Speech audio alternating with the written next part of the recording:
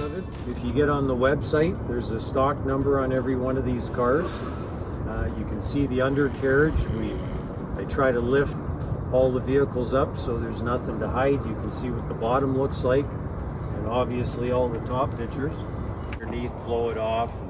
That's another big project for somebody. But there's a picture of it in the air on that loader lift. When we do that, it sits on the pinch welds, does no damage to the car. You can pick up any car with that without having damage. And I've got a Bobcat, I move around cars too.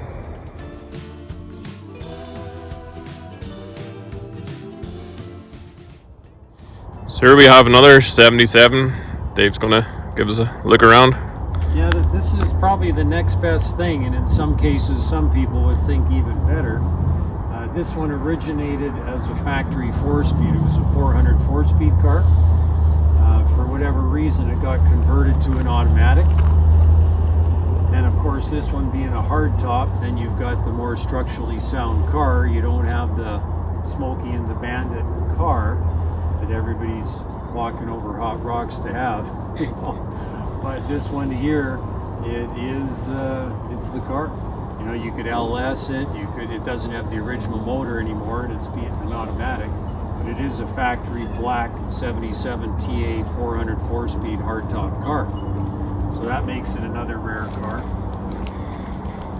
Not many of these projects left. There's a handful, but if you want to see them all, of course, get on the website, take a look, and you can view them all the time. Bring it out from the back, assessing it.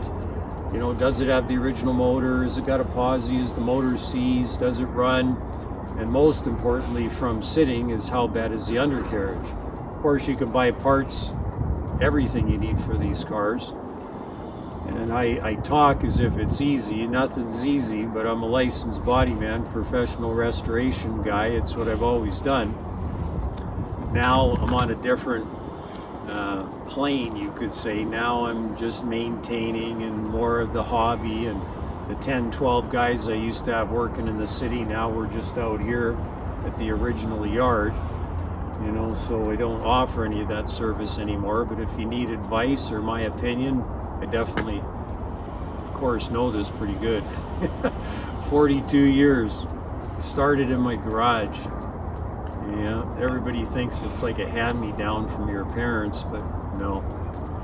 Yeah, it started in the garage. So we've moved out back, kind of more of still some complete cars, and some of the cars are for parts, but all these vehicles will be included. So, must have took quite a long time to collect all this lot. Yeah, just imagine when I used to work in the shop, I was the body man, painting all night. You know, you'd work all day, the guys would go home, I'd be painting the car, and then in between or all that, you'd get the car, you know, call the cars for sale.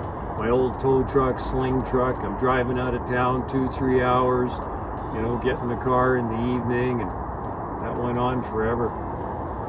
Out here, when everybody walks out here, they always say, yeah, it looks like a sea of Camaros and firebirds, right? And that's kind of exactly what it is. But there's a lot of good cars in here. Now, once upon a time, we never used to clean them up and present them before we took the pictures. It was like, there's another one, throw it out back. There's another one out back. You know, so now it's picking those cars and bringing them up, and it's kind of a surprise what's in the trunk and different pieces and special motors and a lot of stuff I forgot about that I used to take for granted that now is not so much taken for granted. Here we have inside one of the warehouses, which is full of every part you would ever need that David's been collecting over the years. So yeah, this is where when people walk into this building, they're kind of speechless, because if you think about what it took to buy each car, tow the car, dismantle it, shelving, racking, put it up, and this here we have some of the better doors, trying to keep the weather off them.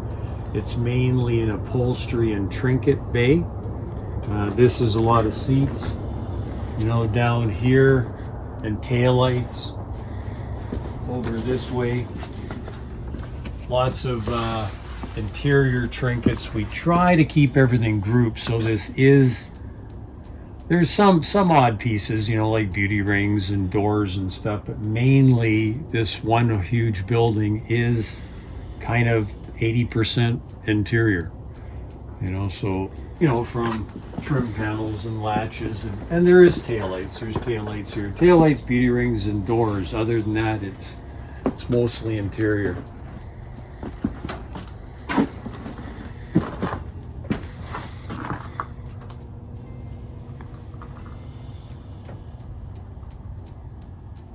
Hidden stuff. Hidden stuff. Just imagine if it was presented, cleaned up, picture, advertised. You know, a lot of it's common to me, but not to everybody else. But even to me, my goodness, is there some special stuff in here. And all those cars. Yeah, if you're rebuilding a car and you just need that one piece of plastic, there's 10 of them right there. It's always process of elimination, so of course you want to keep the inside, the good stuff, average stuff. It's like being on a car outside, but the stuff that is not so rusty or really good, that's what we keep sheltered. Yeah, ton of hoods down that way. Yeah.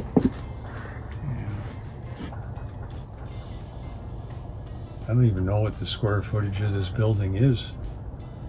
Yeah, it's big though. Yeah.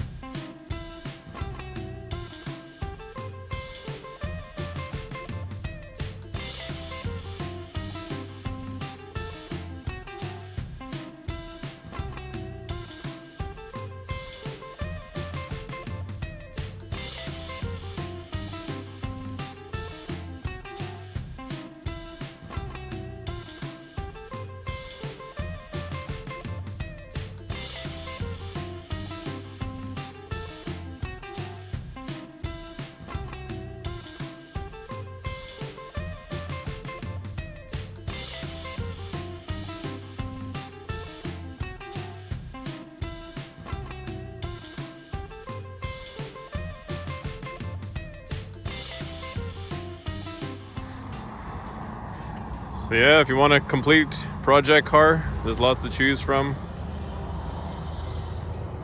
Lots of parts available too. Just check it out on the website.